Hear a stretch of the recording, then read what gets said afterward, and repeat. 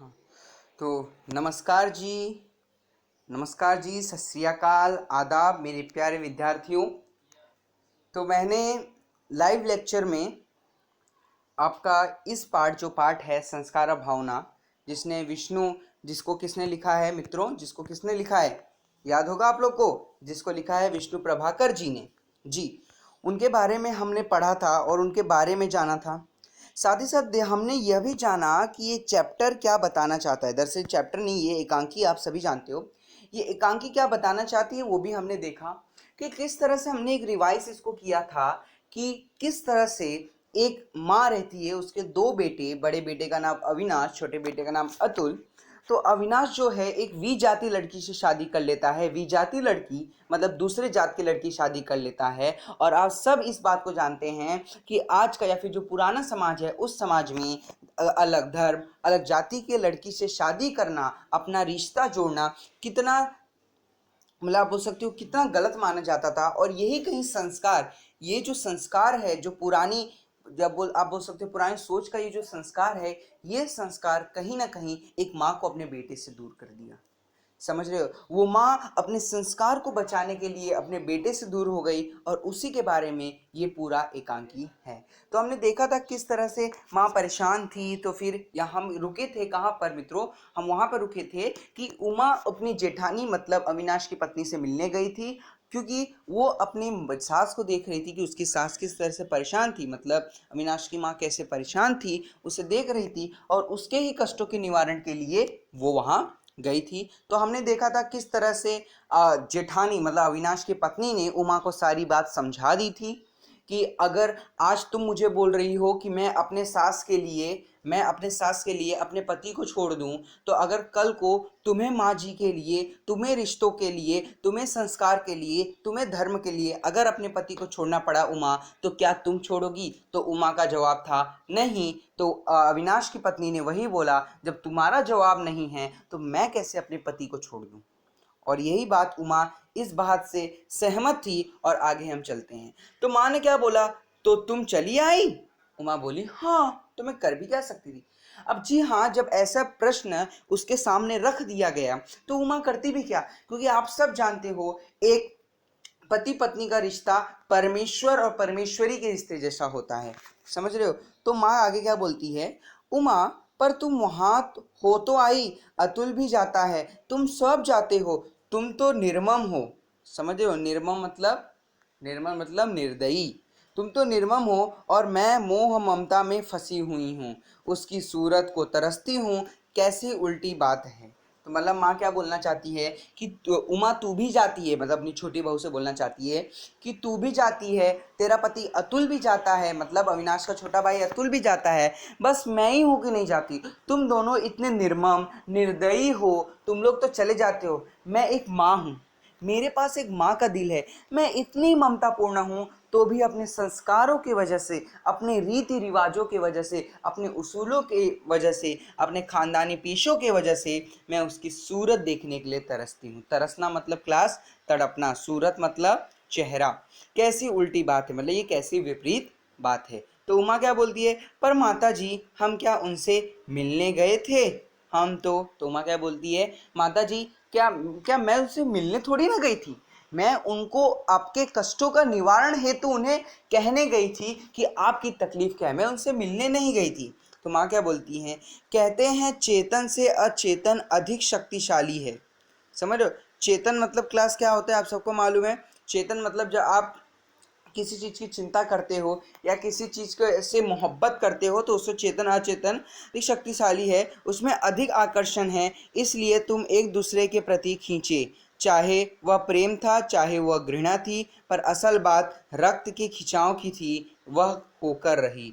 समझ लो। तो माँ क्या बोल रही है, तुम लोग चाहे जितना एक दूसरे से गुस्सा हो जाओ, भले ही आज माँ तुम अपनी जेठानी से मुझसे डर कर या मेरे भय से बात नहीं करती, लेकिन तुम तो वहां गई, वो कहीं ना कहीं रक्त का खिंचाव था मित्रों। रक्त का खिंचाव मतलब क्या होता है, रक्त मतलब आपका ब्लड, लहू, और खिंचाव मतलब आकर्षण। तो मतलब ये जो खून का रिश्ता है, यही कहीं ना कहीं तुम्हें वहां ले गया था। काश कि मैं निर्मम हो सकती, काश कि मैं निर्दयी हो सकती, काश कि मैं संस्कारों की दास्ता से मुक्त हो पाती। दास्ता मतलब क्लास क्या होता है? गुलामी। दास्ता मतलब गुलामी हो पाती तो कुल धर्म और जाति का भूत मुझे तंग न करता। भूत मतलब पिछड़ा हुआ समय। भूत मतलब पिछड़ा हुआ समय। और अब मैं अपने बेटे से ना बिछुड़ती। स्वयं उसने मुझसे कहा था, संस्कारों की दास्ता सबसे भयंकर शत्रु है। Underline this line class, underline this line. संस्कारों की दास्ता सबसे भयंकर शत्रु है। इसका मतलब मैं तुम्हें ये नहीं बोल रहा हूँ, इसका मतलब मैं तुम्हें ये नहीं बोल रहा हूँ मित्रों, मैं विद्यार्थियों में तुम्हें ये नहीं बोल रहा हूँ कि तुम लोग अपने अंदर संस्कार मत लो, संस्कार लो, बट तुम लोग जानते हो प्रकृति भी अपने हिसाब से चेंज होती रहती है, आपको भी चेंज होना चाहिए। समझ रहे हो? एक टाइम था कि लोग उड़ते नहीं थे, तो क्या आज एरोप्लेन में बैठ के उड़ नहीं रहे हैं? उड़ रहे हैं ना।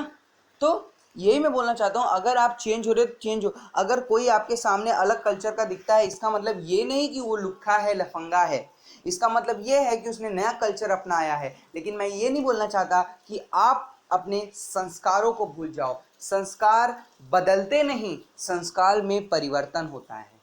अंतर समझो, बदलना और परिवर्तन में। थोड़ा परिवर्तन मतलब थोड़ा सा चेंज, और बदलना मतलब पूरा परिवर्तित हो जाना। ठीक है, वो यहाँ बताया गया है कि थोड़ा आप लोग को ज़्यादा चेंज नहीं, थोड़ा चेंज आपके हिसाब से होना चाहिए। ठीक। उमा, यह बड़े भैया ने कहा था। तो समझो, यह बड़े भैया ने कहा था। उमा, तो उमा पूछती, क्या ये बड़े भैया ने कहा था? हाँ, उसी ने कहा था। मैंने उसे बहुत समझाया, अपने प्रेम की दुहाई दी। दुहाई मतलब क्लास कसम, दुहाई मतलब कसम दी, पर वह सदा यही कहता रहा, माँ, संतान का पालन माँ बाप का नैतिक कर्तव्य है। क्या बोल रहे हो मित्रों? यहाँ देखो, यहाँ क्या बताया जा रहा है। माँ, वो बोलना चाहता है माँ बाप का नैतिक कर्तव्य है, मतलब संतान को संभालना, संतान का पालन पोषण करना, ये नैतिक कर्तव्य। नैतिक मतलब उनके जो रिस्पॉन्सिबिलिटी है, उनकी पारिवारिक उनकी रिस्पॉन्सिबिलिटी है। वे किसी पर एहसान एहसान केवल नहीं करते कि केवल राष्ट्र का ऋण चुकाते हैं। समझ रहे हो? तो वो राष्ट्र का ऋण चुकाते हैं, वे ऋण मुक्त हो, यही उनका परितोष है। मित्रों समझ रहे हो? परितोष मतलब क्या होते हैं? परितोष मतलब, अब देखो, संतोष मतलब क्या होता है? जब आप जब आपको किसी चीज़ से संतोष मिले। वैसे परितोष मतलब क्या? जब आप अपनी जिम्मेदारी निभा देते हो, जब आप अपनी जिम्मेदारी निभा देते हो, उसके बाद जो आपको संतुष्टि मिलती है, उसको हम परितोष कहते हैं। वहाँ लिख लो, जिम्मेदारी निभाने के बाद महसूस होने वाला संतोष, प्राप्त होने वाला संतोष, उसे हम परितोष कहते हैं। इससे अधिक मोह है, इसलिए पाप है। पर मैं क्या करूं? मैं जो इसके अधिक हूं, उसी को पाने के लिए आतुर हूं। मैं ही क्यों, सभी माता पिता यही चाहते हैं। तभी मैं समझता हूँ, उस डाकिन ने मेरे बेटे को मुझसे छीना है। डाकिन, डाकिन समझ लो? डाकिन मतलब डाकू जो रहते हैं, डाकू का लिंग बदलो, वहाँ लिख लो, डाकू का स्त्रीलिंग डाकिन। उस डाकिन ने मेरे बेटे को मुझसे छीना है, पर वास्तव, वास्तव मतलब रियल, आप बोल सकते हो रियली में दोष उसका नहीं है।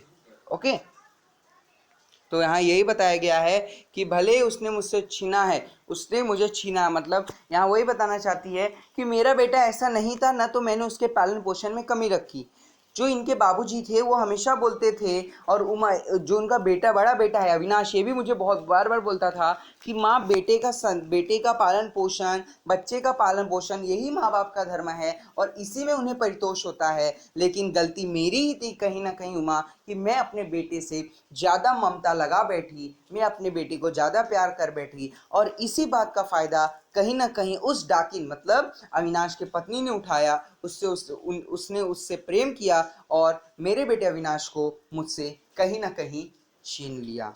तो पर ये भी बोल रही है कि वास्तव में दोष उसका नहीं है। तो ये भी बोल रहे हैं वास्तव में दोष उसका ये नहीं है। माता जी, लगता मुझे भी ऐसा है। तो उमा क्या बोल रही है? माता जी, लगता तो मुझे भी ऐसा है। फिर अतुल आता है, क्या बन रहा है माता जी? मतलब अतुल अब घर में प्रवेश किया और बोल रहा है, क्या बन रहा है माता जी? माँ, तूने सुना? तो माँ पूछ रही है, क्या तूने सुना? ऐसे आप जानते हो ना, क्या अचानक एंट्री होती है तो आप बोलते हो, अरे यार इसको पता चल गया। लेकिन माँ उससे प्रश्न पूछ रही है, तूने सुना हमने क्या बात की? अतुल बोला क्या मतलब, इसका मतलब क्या पता चला कि अतुल ने कुछ नहीं सुना। माँ, अविनाश बहुत बीमार था, स्वर भीग जाता है। और अब अतुल, हाँ उन्हें हैजा हो गया था। माँ, तू जानता था?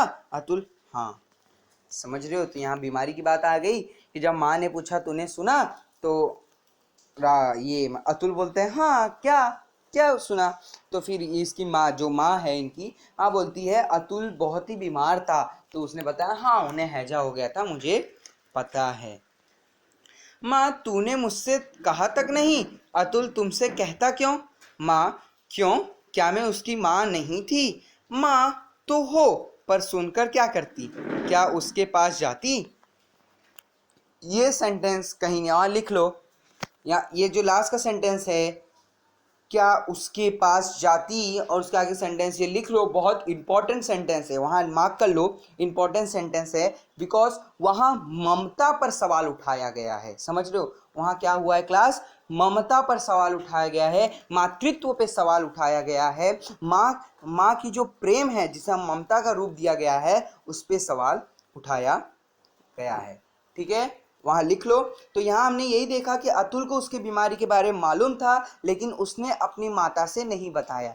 उसने अपनी माँ से इसलिए नहीं कहा क्योंकि वो कहता भी तो भी उसकी माँ उस संदर्भ में कोई प्रतिक्रिया नहीं करती, कोई रिएक्शन नहीं देती, इसीलिए उसने अपनी माँ से भी नहीं किया, क्योंकि उसका कुछ अर्थ नहीं था, उसको ऐसी सोच थी।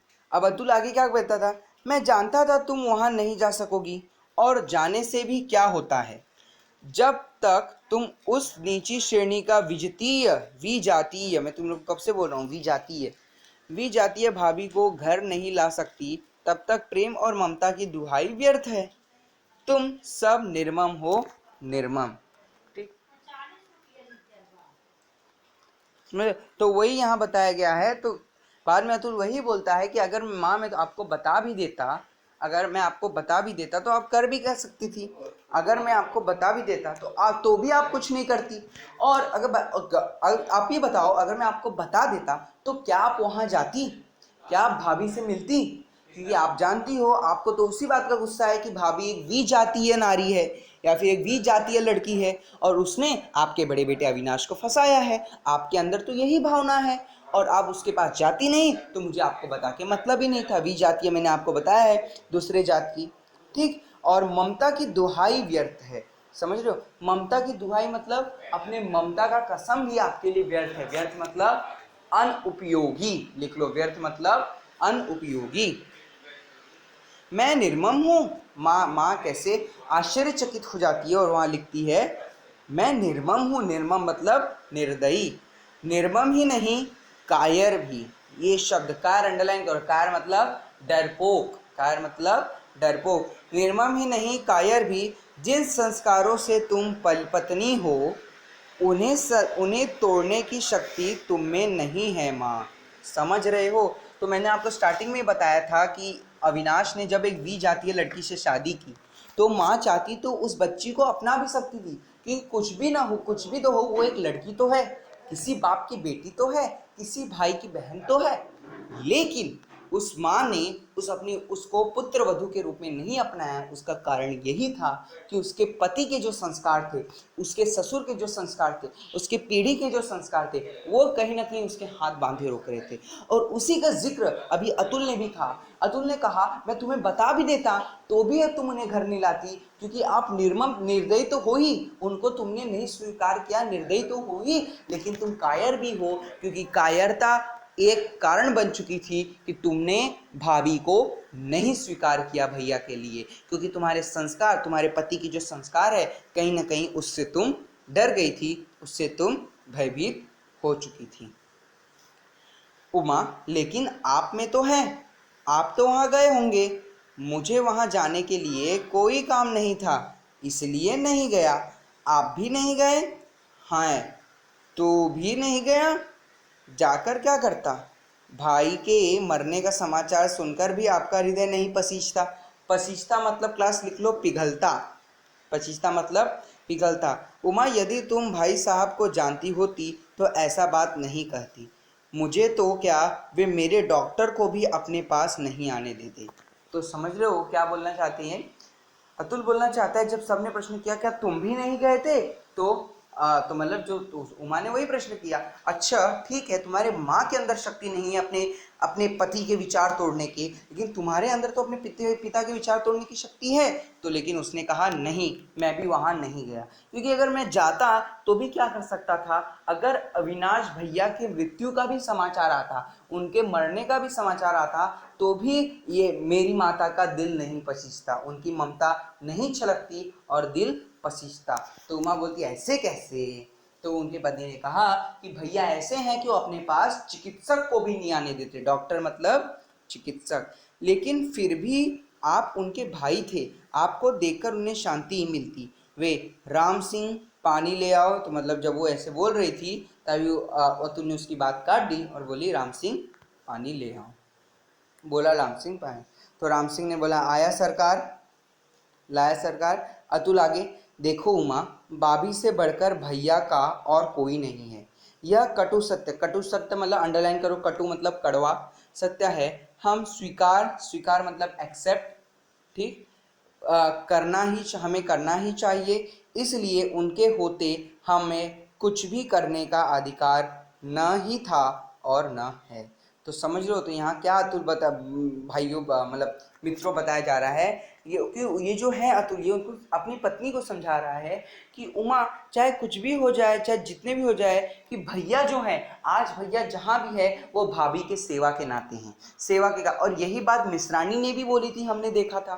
तो आज भैया की अगर आज तबीयत ठीक हुई है तो उसका कारण या फिर उसके कारण कहीं ना कहीं भाभी जी हैं, और भाभी जी की वजह से ही यह हुआ है, इसलिए उनके होते हम कुछ भी करने का अधिकार नहीं रखते। तो जब तक भाभी हैं उनके साथ, भले माता ने उनका साथ छोड़ दिया है, भले हमने अपनी माँ के कारण उनका साथ छोड़ा है, लेकिन उनके साथ हमेशा भाभी खड़ी है और उन्हें कुछ हो नहीं सकता।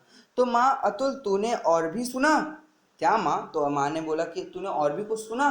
तो अतुल बोला क्या माँ? तो माँ बोली अब अविनाश अच्छा हुआ तो उसकी बहू बीमार पड़ गई, कहते हैं उसके बचने के लिए आशा नहीं है। कहीं ना कहीं ये शब्द बहुत खतरनाक लगा और अतुल बोलता हाँ सुना तो है।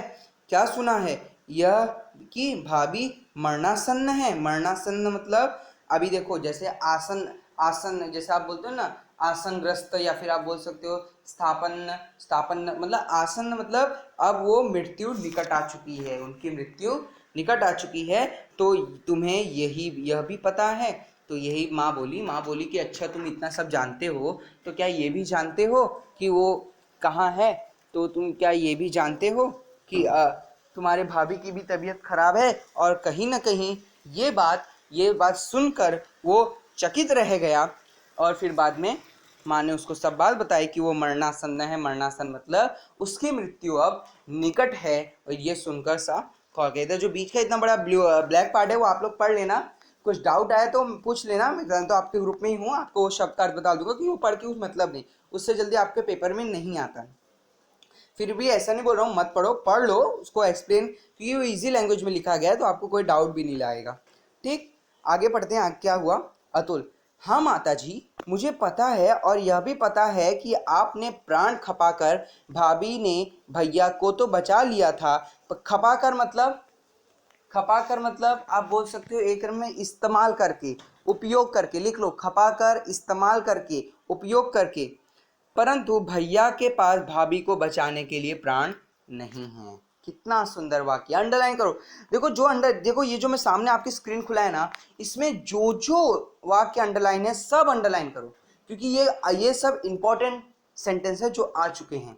ठीक, तो यहाँ ये बताया गया है कि जब अतुल ने ये बोला तो अतुल ने ये उनको समझाया माता जी को कि माता जी, भले ही जब भैया बीमार थे तब भाभी ने उनकी इतनी सेवा की कि आज भैया ठीक हो गए, लेकिन आज जब भाभी, आज मतलब वो प्राण खपा कर, मतलब भाभी ने उनका सेवा किया, अपने जी जान से मेहनत की, जब ना जान लगा दिया, अपनी जान की कुर्बानी तक देने की तैयार हो गई, तब जाके भैया को बचाई। लेकिन आज भैया के पास प्राण नहीं है अपनी अर्धांगिनी को बचाने के लिए।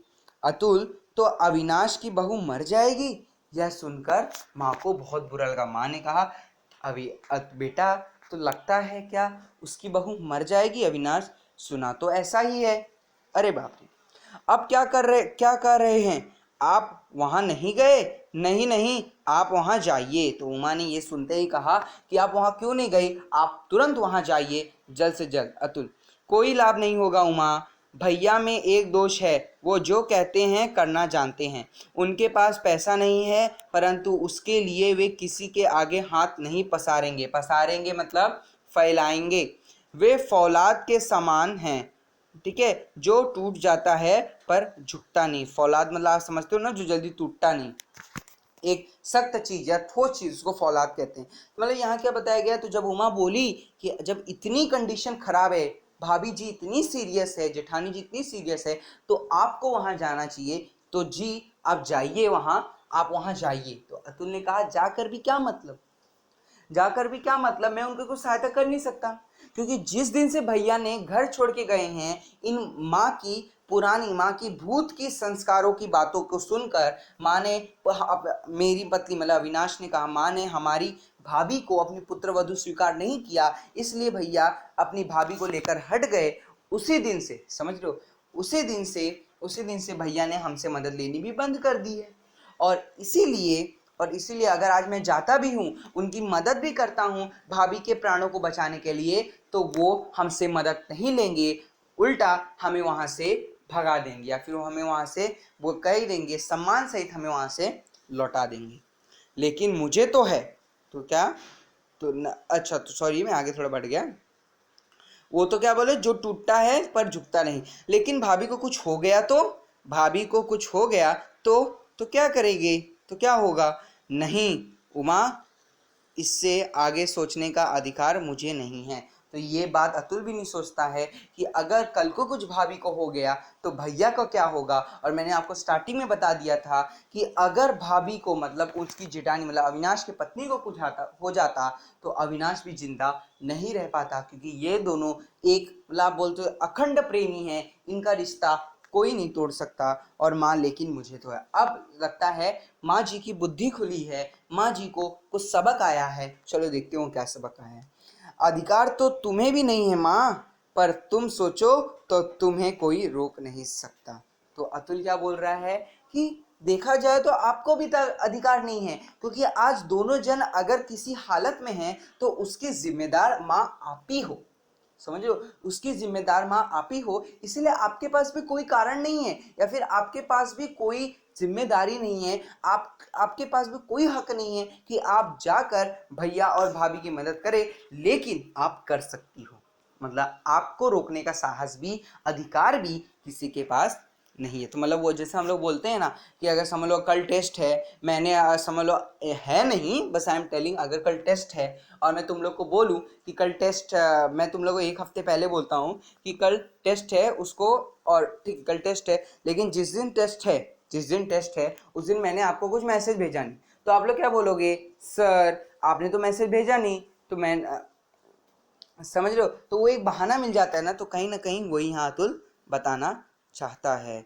माँ, तो मैं सोचती हूँ अविनाश की बहू को कुछ हो गया तो शायद अविनाश भी, तो समझ रहे हो। तो माता जी, हाँ बेटी, मैं उसे जानती हूँ, वह नहीं बचेगा, नहीं बचेगा। माता जी आप क्या कह रही हो, माँ तुम इतना जानती हो। तो अतुल क्या, तो ये माँ को समझ गया था कि जो मैं आपको स्टार्टिंग में ही सब बता चुका हूँ कि अगर कुछ अतुल की पत्नी, अविनाश की पत्नी को होता है तो अविनाश भी जिंदा नहीं रह पाएगा, ये माँ जान चुकी थी। इसीलिए उसने सोचा कि अब हमें कुछ करना चाहिए। माँ, हाँ उमा, अतुल मैं ठीक कह रही हूँ, वह नहीं बचेगा, उसे बचाने की शक्ति केवल मुझे में है, केवल मुझी में है। तो समझ लो, अगर कल को कुछ हो जाता है अविनाश की पत्नी को, तो ये दोनों इतने, आप बोल सकते हो इतने अखंड प्रेमी हैं, इतने आप बोल सकते हो इतने सुंदर प्रेमी हैं कि अगर कल को कुछ हो जाता है अविनाश की पत्नी को तो अविनाश भी नहीं बचेगा। माँ, और तो लुमा एक साथ बोलती है माँ, मतलब आप लोग घर समझ सकते हो नाटक कैसे होगा। तो माँ, अतुल इसलिए मैं कहती हूँ तू एक बार मुझे उनके पास ले चल, वह निर्मम है पर मैं माँ हूँ, मुझे निर्मम नहीं होना चाहिए, मैं उसके पास चलूंगी। तो समझ रहे हो माँ क्या बोल रही है, वो निर्मम है। अब माँ अविनाश के पास जाना चाहती है। अब आप समझ लिए, एक माँ बेटे का संगम होने वाला है।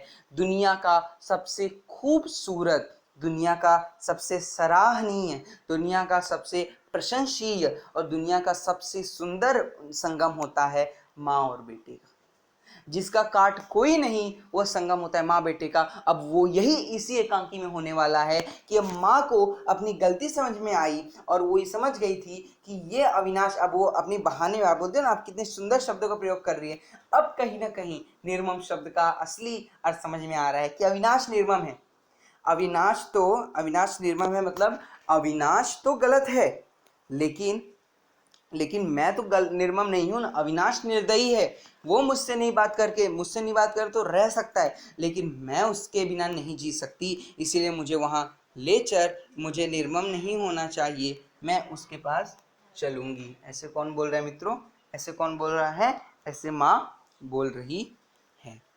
माँ तुम कितनी अच्छी हो, अभी चलो माँ, पर चलने से पहले एक बात सोच लो, यदि तुम नीच कुल की विजितीय भाभी को इस घर में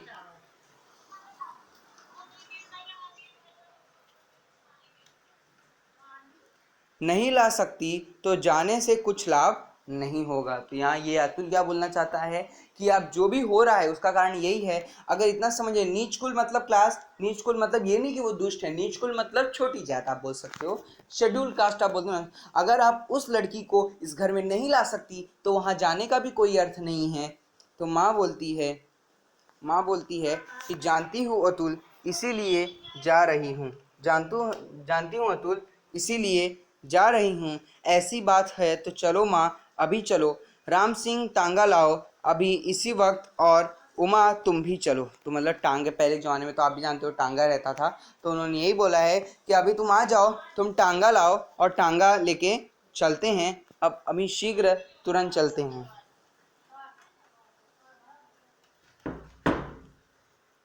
हैं।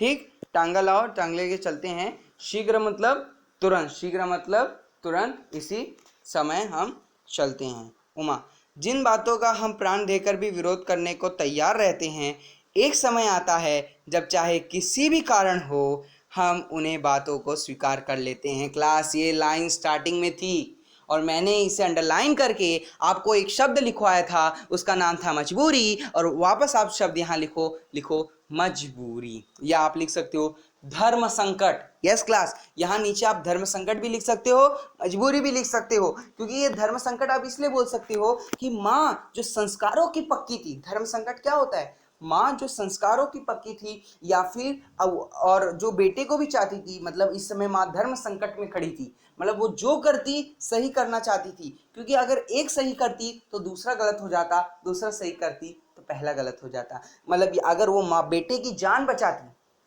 तो अपने संस्कारों को उसको दांव पे लगाना पड़ता, और अगर वो संस्कारों का बचाना चाहती तो उसको अपने बेटे की मृत्यु प्यारी हो जाती। तो ये दोनों को बचाने के लिए उसने अपने बेटे को चुना, और ये कहीं ना कहीं उसने वो अपने धर्म संकट से निकली, और यही मजबूरी आज उसने अपनी बहू को स्वीकार कर लिया।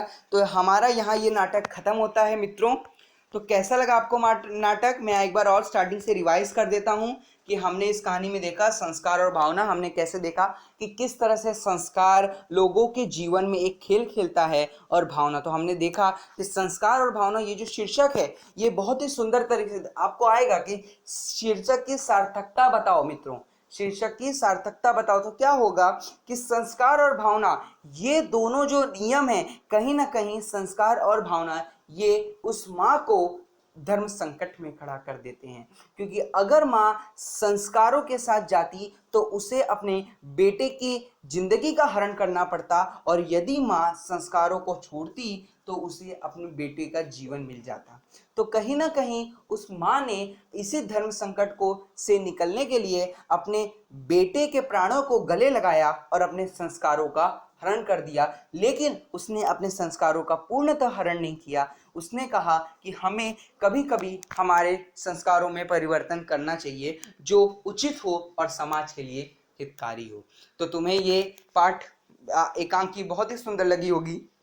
एक और बात, नाटक और एकांकी क्लास आप लोग बहुत बोले होंगे कि नाटक एकांकी सेम होता है। नो क्लास, नाटक अलग होता है, एकांकी अलग होता है। नाटक वो होता है जिसके अंदर आप देखते हो कि ढेर सारे बार आप बोलते इंटरवल आता है वगैरह वगैरह आता है। एकांकी में ऐसा नहीं रहता। एकांकी में एक बार शुरू होता है तो एक ही बार खत्म हो जाता है, इसे हम कहते हैं एकांकी। तो जो ये डिफरेंस था, और आप लोग ऐसे पढ़ते रहिए, बहुत जल्द हम मिलेंगे, और हम दूसरा पार्ट भी हम जल्द से जल्द लेंगे। और यहाँ हमारे ये पार्ट खत्म होता है। सी यू, बी सेफ क्लास, और अच्छे से पढ़ते रहिए, रिवाइज करते रहिए। शब्दार्थ के भी मैं एक पीडीएफ भेज दूंगा। अगर समझ लो आपको कोई शब्द नहीं आ रहा है तो उसका भी मैं एक पीडीएफ भेज दूंगा। साथ ही साथ इसके क्वेश्चंस भी जो पहले आ चुके हैं बोर्ड में या फिर पेपर्स में, वो क्वेश्चंस का भी एक पीडीएफ आपको भेज दूंगा। लेकिन आपको होमवर्क जल्द से जल्द करके